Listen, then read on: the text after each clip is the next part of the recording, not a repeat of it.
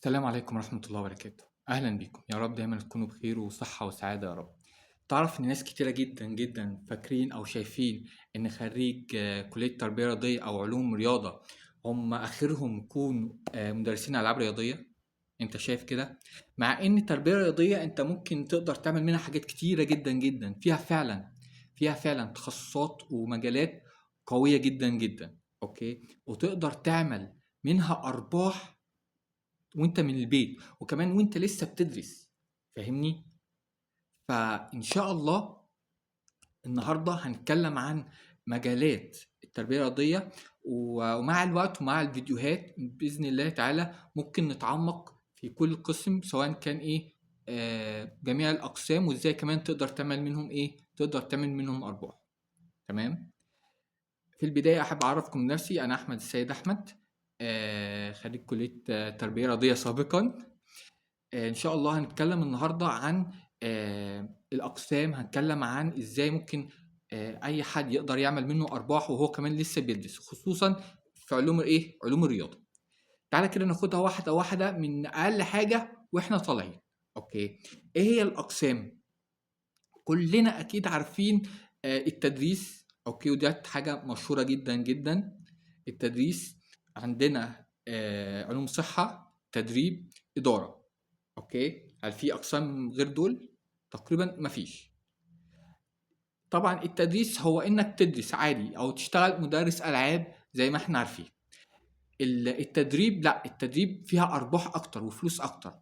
وحاليا السنه دي او السنه اللي فاتت او خلال السنتين اللي فاتوا تقدر تعمل ارباح وانت من البيت. اوكي، عندك التربيه الرياضيه او التدريب بشكل عام، اشهر حاجه فيه انك تقدر تشتغل في نادي او تقدر تشتغل في جيم. صح ولا لأ؟ كلنا عارفين الكلام ده. بس في تحته حاجات تانية، زي عندك عندك الجيم، عندك الإعداد البدني، ده حاجة قوية جدا جدا، وتقدر تعمل برامج إعداد بدني للعيبة وانت من البيت اونلاين. اتفقنا؟ فديت حاجة تانية. عندك برضو علوم صحة، فيها أشهر حاجة إصابات وتأهيل. أوكي، وديت تقدر تعمل منه أرباح، وارباح قويه جدا جدا. تقدر تشتغل في مراكز، تقدر تشتغل في نوادي، تقدر تشتغل تفتح مركز زي مركز او قريب من العلاج الطبيعي. مش نفس الحاجه بس زيها. اوكي، بس علاج طبيعي هم بياخدوا الموضوع على اوسع، بياخدوا الموضوع بيتعمقوا اكتر. بس طبعا هم مش بياخدوا الجزء التمرينات.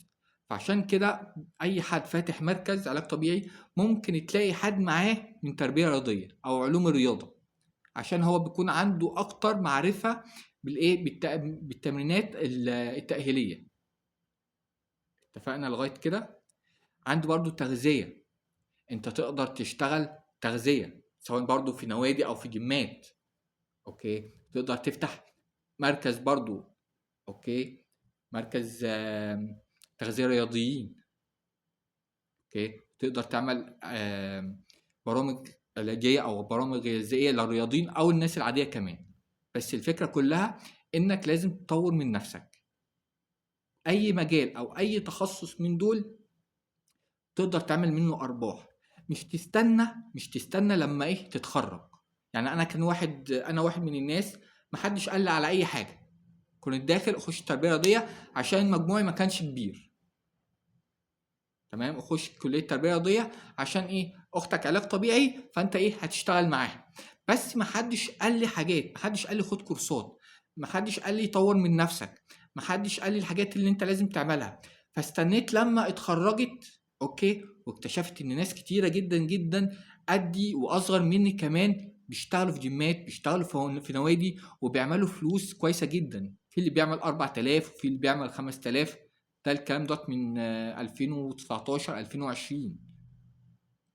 اوكي، فاحنا ان شاء الله مع بعض، او هنحاول ان شاء الله مع بعض هنتكلم عن كل تخصص، سواء كان التأهيل الإصابات، هنتكلم عن التشريح، هنتكلم عن التأهيل، هنتكلم عن التغذية، وازاي تدرس كل واحد قسم من دول، وكمان ازاي تعمل منه أرباح.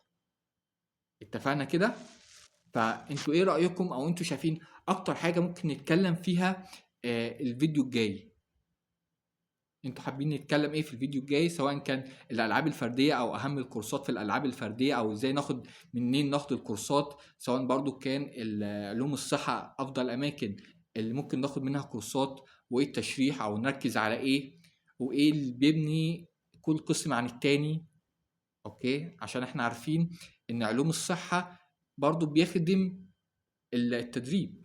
اوكي، بيخدم التدريب، والتدريب برضو بيخدم علوم الصحه. التغذية بيخدم برضو التأهيل، وبيخدم برضو المدربين. اوكي، وبيخدم برضو الاعداد البدني. فكله واحدة واحدة، انت ممكن تشتغل اي حاجة، ممكن تشتغل سواء تدريب او اصابات وتأهيل او اعداد بدن، كله بيكمل بعض. اوكي، فانت حابين نتكلم ايه في الفيديو الجاي؟ اتمنى تكونوا استفدتوا، وان شاء الله مستني تعليقاتكم نتكلم ايه في الفيديو الجاي. السلام عليكم ورحمة الله وبركاته.